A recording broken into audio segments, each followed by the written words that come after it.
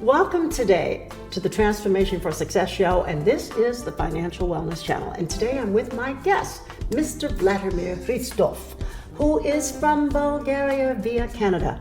And this is the second show that I'm happy to have you back on the show today. Vladimir, Pleasure you are a for me. wonderful human being, and really, truly, he is an author. He is an entrepreneur, and he's written 2 books, and we're going to talk about this. Last week you were on the show and we talked about your journey. And for those of you who may be tuning in this week, I want to share something about Vladimir. He's from another system and another culture because he grew up in Bulgaria, coming from a socialistic regime and changing careers several times. He found himself in Canada. But one of the things that he shared with us and last week was sharing how blame and shame and all of this can become your sisters, and how he is helping individuals today live better lives in their communities. So I'm just really happy to have you again on the show to share your incredible journey. One of the things that we talked about last week were 2 of your mentors and people who really helped to transform your life, and that was Les Brown, the celebrated Les Brown, and Mr. Joel Bauer. And I thought just a mention of how did these individuals help you, Vladimir, and because we didn't really cover, and how you encountered these 2 gentlemen, and what was it that spoke and resonated to your heart that changed your career trajectory or changed your life? Yeah, Les Brown specifically, I like his speeches. I like his honesty, transparency, coming from a ghetto and become a so pronounced speaker. And he didn't hide nothing. He was just making people in tears, and I was listening. He motivated me to become a Toastmaster as he did. And then I follow up this dream to become entrepreneur and speaker, because you need to know how to speak to people.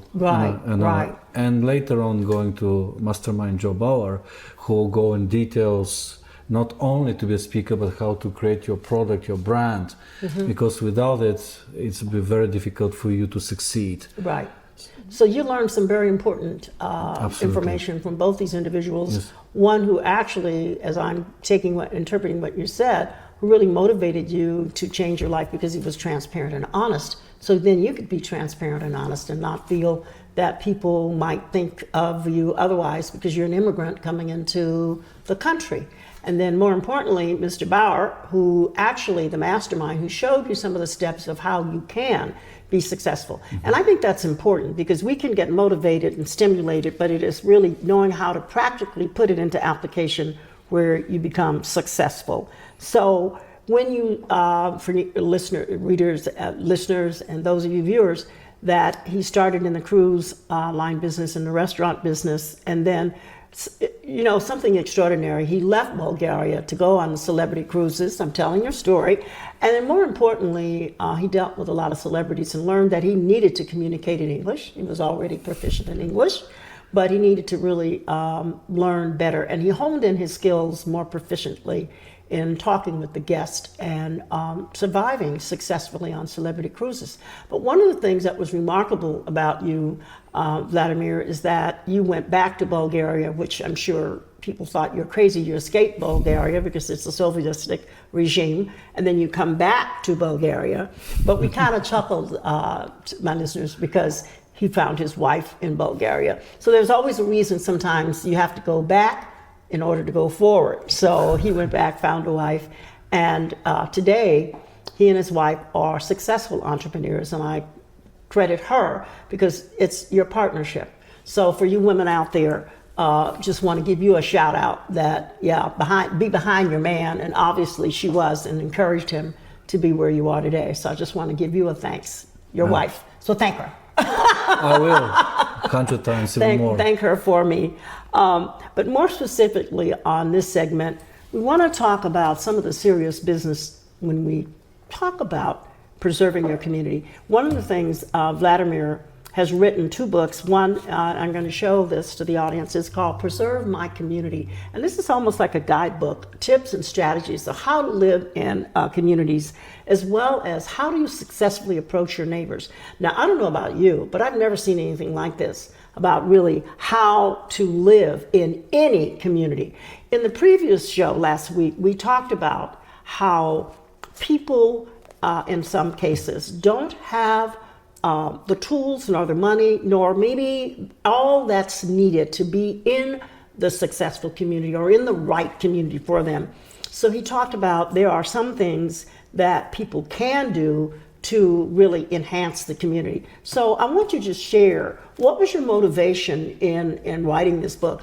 And I know, Vladimir, that you have been, and I sense your spirit, that you want to help people. And, yes. and that's the whole thing about you. Why I just really admired you and I wanted to have you on the show, because it's obvious that you care about people and you've been dedicated to helping people and helping families to really survive, giving, some positive energy. So I just wanted to know, what motivated you to write this book and tips and strategies, and share a little bit about that. Of course. Well, Dr. Young, yes, I am very concerned that people are buying without preparation. And I've seen this specifically with my job, and I'm as an entrepreneur as well. You have to check all the details and to discern the spiel and the truth. That's why we have a head and brain, but somebody should tell you this insight, these tips. And if you don't do that, then you're in trouble. Then you have to change your attitude. It's not only what I want to take, I want to give as well. There should be always a balance. And that's where the people are going on this entrapment that, oh, I'm living in a community, somebody else going to take care about me. I'm paying my monthly dues. Oh, why should I worry? It's not like this. Technically, it's the same attitude as you are only a house and nobody's around you. It's the same attitude. It is the challenge is that you have neighbors which you have to also help, and they have to help you. Right. The third thing is also to celebrate. We always forget to celebrate. We think that when I'm happy, I don't care about you. But the truth of life is, when both we are happy, then the miracle happens. Right. And that's what I want to convey with this book, that yes, it's about our life, yes, it's about our choices, however, we're not alone. Right. One of the things that I know that recently in California, we were really hit very badly, the community of Malibu and those surrounding were, with the loss of their homes, and needless to say, a whole city wiped out, paradise. But what I saw out of that was neighbors rallying to help one another. And so obviously there was a community established. And when I say community, that community of caring for each other, because there were neighbors who stepped in to help each other. And I really, really admired that, because I couldn't even fathom losing my home and everything, the destruction of it. But the one thing that I can say is human life is much more valuable than any property that you could ever have. So you've done something I think that's really interesting in this book. You have used the letters of your name to illustrate this book. So share with that what the V and the Vladimir stands for. M-I-R, no E in it. Okay, Vladimir. All right. Okay, V as a victor, victorious. To be victorious, you have to be victorious in a mindset.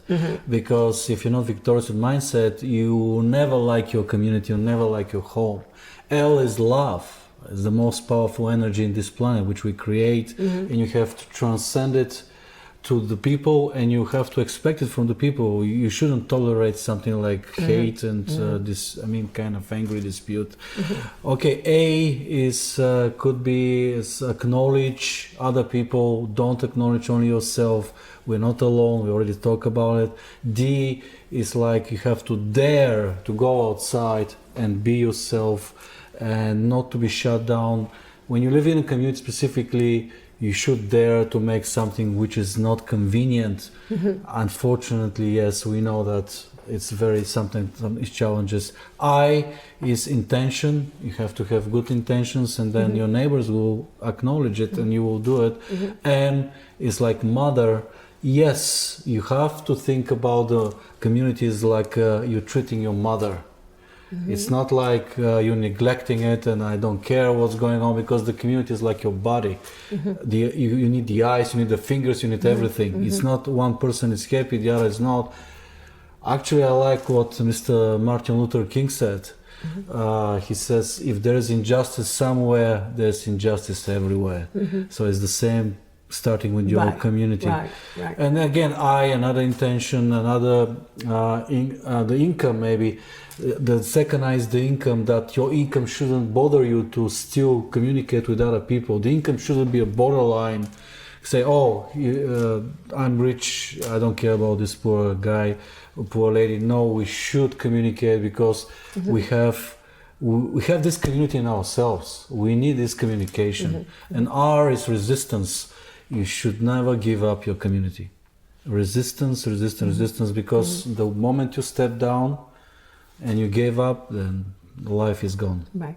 Well, these are all very good victorious words, I will say, that you've coined, and I think that's really clever how you did that. And it is so appreciated, because I think we're living in some times now where there are certain things taking place.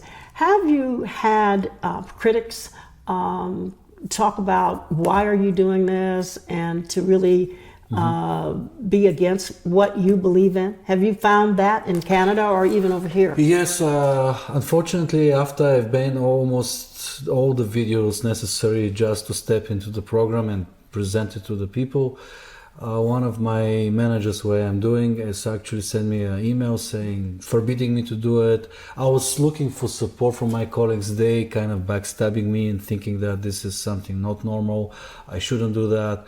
Or even I see the smiles in the faces and the mockery and the laugh. So they feel that talking about preserving your community is something like very vague and very kind of not understanding.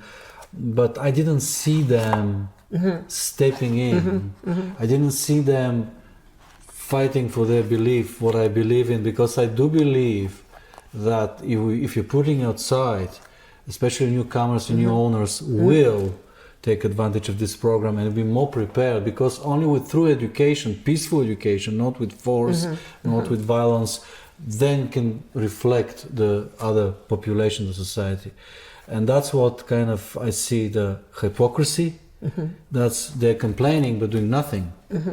Or let's say, or the criticism, as you said, even going further, I was thinking that I'm gonna lose some kind of income even, because I felt that it was kind of very severe criticism from my colleagues, and I was thinking friends. That can be a bit troubling, and I just ask you that because I know that, when we start on ventures and things that get people thinking maybe in a different perspective on it, you're going to have the people who are going to pick at it and criticize you, and sometimes even your best friends. Now, did you write My Home is My Fortress first? Is this the first book you wrote? Yes. Vladimir, this is a pretty big book. Whoa, this is pretty big, and the print is small too. So what did you hope to accomplish with this book? This was your first one, and I probably jumped in this one. I'm going to get back to this in a few minutes.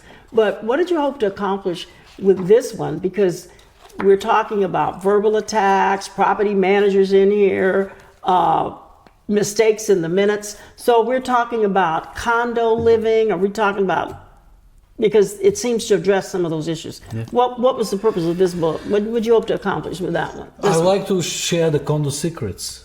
The condo secrets. I lived in a condo once. Yeah, the condo secrets of the people, because again, we are choosing by emotions, which is great. However, you need technique and knowledge, which you're going to prepare for yourself. And I think that people are not aware. I was discouraged and frustrated that people are throwing away the negative energy and thinking that they're throwing away this negative energy, something going to happen miraculously. No, you shut down the other people against you, or the other people against you may throw the same negative energy and it will go nowhere. That motivates me. Actually, the negative experience the first 2 years makes me write my own speech, and some people acknowledge it. They say, "Oh, thank you, I really like the book. Most of them will kind of look at me the same look, Yeah. which Right. empty Now, look. this book was actually written in Canada, Yes.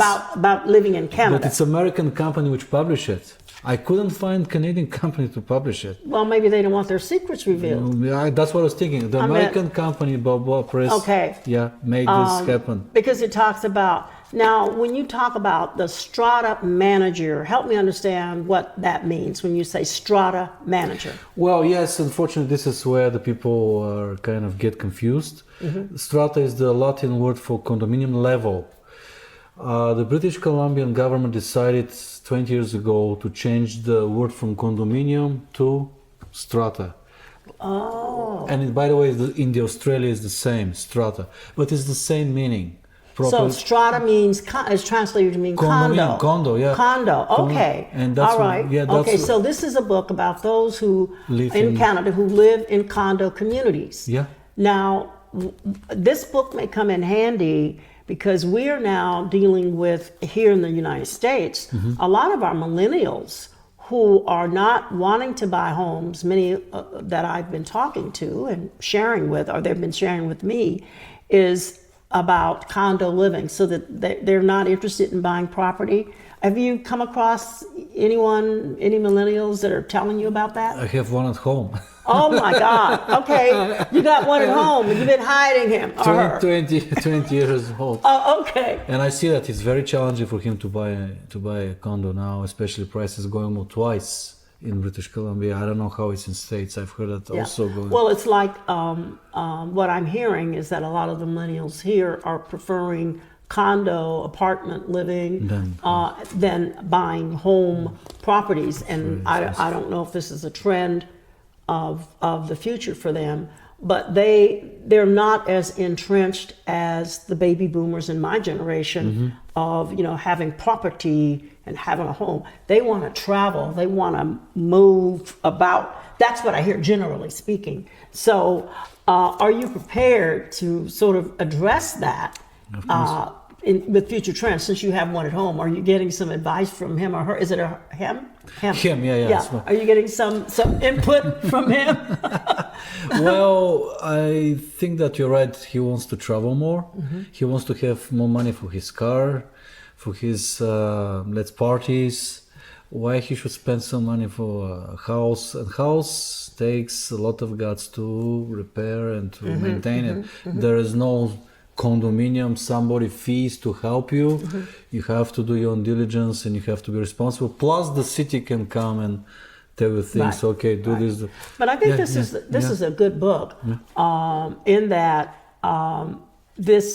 it talks about some of the various things that I think that many owners, when they go into condominiums, don't quite understand the rules and regulations and don't ask maybe to see what the CCRs, I think they call them CCRs or something like that. What are the rules and regulations of the condos? And this talks about how to settle grievances, how to handle. Now, I lived in a condo, my late husband and I, for 16 years. And because he wanted to change some of the things in the building, he became the vice president of the board of directors. So we knew that one of the ways of changing that was for him to become a member of the board of directors. We were only 21 people, 21 condo units. We were the first African Americans to be in that building, and it was a more settled community. So there are things in this book, had we read some of the hidden facts and mistakes in the minutes, and how the members could be empowered and would have probably alleviated some of the challenges, which are minimal in our community, as such. But I got a chance to move from home to condo, and it was, it was the transition, but it was nice. We were overlooking the ocean. Look, there's nothing to, no, it was nice. We were overlooking, and right across the street was the beach. Excellent. So yeah, there were some perks with that. So now this book, if anybody wants to get it, it is sold in the United States. Yeah. And this is a newcomer, you, from the old world, who comes here and lives in Canada and writes this book hoping to give people a better life. Yes. What have been some of the challenges that you've had since you've been in this occupation, because I know that you're an entrepreneur, you're an author, and you're successful, but what have been some of the challenges that you've had to overcome? Well, first the impatience because people are buying the home, and then they start ask the questions, not vice versa. So you have to first ask the questions, walk through the building, meeting with the people, who is who, landscaper, handyman. There's so many directors, property manager, including what they're doing. So all these things can save you potentially thousands of dollars. Second is, again, you read it very quickly. When you see what is bylaws and regulation, what is it? Why you should know it after that? Maybe you should know it before that. Specifically, California is one thing. Right. Arizona, Florida is different. So you have to know that before, especially if you're a newcomer like me. The third thing is meet these people, the directors, because if you don't meet them, you don't know what's going on in this community. Otherwise, you're going to be blind again. But Vladimir, if you're new going into the condo community, you're already bought in, or you're already bought the property, and then you meet the directors afterwards.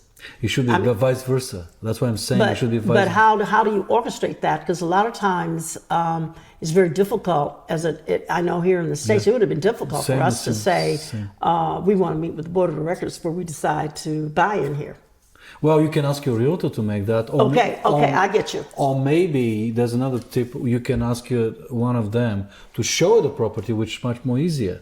Then you're going to see mechanical rooms, electrical room, roof you cannot see because there's a liability there. But at least you can ask questions which you can make you decide. Okay. You don't need to meet all of them. Yeah, you're right, because everybody works, is busy. But this can save you again. And by the way people are talking, you can save it. I think you gave the answer. Really, a good answer was, if you are considering going into a condominium, that you have the realtor maybe make the suggestion that the prospective buyers would like to meet with the board of directors or the head of the board of directors. Well, some of them. So, I don't know if that, will harm or hurt, but I don't see there's no reason for somebody not wanting to. The main thing, I guess, what you're saying is to be educated, very informed and educated when you're buying or when you're going into, whether it's a condo, whether it's into a home, a community, that you really need to be aware of these things. Tell me, how does this, in terms of entrepreneurship, how does this help in this business? Would you encourage others to be in this sort of business? And how many actually are you in Canada that are doing this? Well, in British Columbia, it's 1,300 which are doing what I'm doing for a living. As an entrepreneur, there are few of them who are willing to put the work and put it into the social media and make events even in the future, because it's a challenge people to understand that it's really educational. But as I explained, without this education, you cannot have success. You're always going to look for the cheapest way to solve a very complicated, complex problems. And by not repeating and be persistent and positive in your message, people are going to go back into a trap. And because that's the challenge, you don't see the tornado is coming. You don't see the tsunami is coming first. It happens after 5, 10, 20 years when you save the money because of the mandatory maintenance, mandatory change of the roof, or whatever it is. Like in the condo where I'm living, they're making renovations. Finally, and I remember the first annual general meeting when I was there as a new owner. I wanted this to happen. It happened 7 years later. Guess how much we pay now? 5 times more. Wow. It was $65,000, now we're paying $300,000 Canadian, but still, it's 5 times more because we postponed this project. Oh yeah. And now it's now everybody agreed, and now we see the difference. You're coming home, your home, and then you see the nice carpet, the nice walls. Before was coffee here, stained all there, and you're walking after hard work. What you see in your mind, and it reflects your wealth, health, everything. Do you think that these approaches and these strategies and this is going to be applicable in larger cities as opposed to smaller areas? Are you finding it's applicable everywhere? Okay. It's applicable everywhere. I think the small cities will be no-brainer to make them because they know each other for ages. And I think that even they can skip the agent like me. They can say, oh, we don't need you because we help each other. So the egotism is not so much in power there, but with the biggest one, there'll be the challenges where the people has to be repeated and acknowledged and not to give up. If they are choosing to the community, that they have to say, okay, do I want to serve these people or do I want to be by myself? If you want to by yourself, buy a house and then put your work there yourself. When you go in a community, it's a no-brainer. It's a The only reason why I was thinking about here in the United States, the smaller communities, because they have built a community. And, I'm talking about like Iowa and Idaho and Kansas, some of these places. But when you start looking at New York, you start looking at Chicago here, where there are people living in strata communities. Have you gone to New York? Have you approached some people there and talked about what's going on? Not yet, but I spoke with Chicago and one gentleman, I think it's Detroit. And he says that they have the same issues. People don't want to get involved. And he asked me some tips. I said, pick some wine dinners, cheese dinners, some parties. You have to be persistent. And he was saying, I went to the council by chance. There's no by chance there. If you want to be the board member, you either take it or leave it. And I say, if you don't like it, at the end of the day, sell it and find the community next time before you make this step. Right. So what do you see as your future on this? What do you see as you've got your little eyes on a little glass ball, crystal ball, they call it? Traveling a lot, specifically here, first in Canada. Nevertheless, there are different legislation. It's a lot of common sense, commonality. And teaching people to be careful, really, because it's very difficult to find somebody to trust with. And that's where the things are breaking. Specifically in our job, where we have only 1,300 people, they're not enough in British Columbia, which is building. Right. And they say, who's going to manage it? Who's going to take care of it? And finally, you end up with self-management, which is possibility. But then you're not prepared to start doing mistakes. Your contracts lie to you. They don't do the job. What to do? Who's loyal? And that's here. Plus, I've seen some of my colleagues. I'm not bad mouthing, seeing that they're jumping from company to company. Nevertheless, at their performance, and they can harm more people. Oh wow! That's where I want to predict with this: to be open eyes, education. That's the key. Well, I want to thank you. Truly, this has been really interesting and a very serious business owner's guide to preserve my community by Vladimir Hristov. And tell them where they can get this book. Well, if they go to preservemycommunity.com, I will give them for free. So, free? Free, yeah. Woo! Hey, how many guests y'all have on my show that give free? Again, this is the Financial Wellness Show, and today I am so happy to have had Vladimir on the show to share what people have really never known possible, and that's how to connect with your community, preserve your community. And here's the tip and guides, and I want you to get this book, and he's at www.preservemycommunity.com.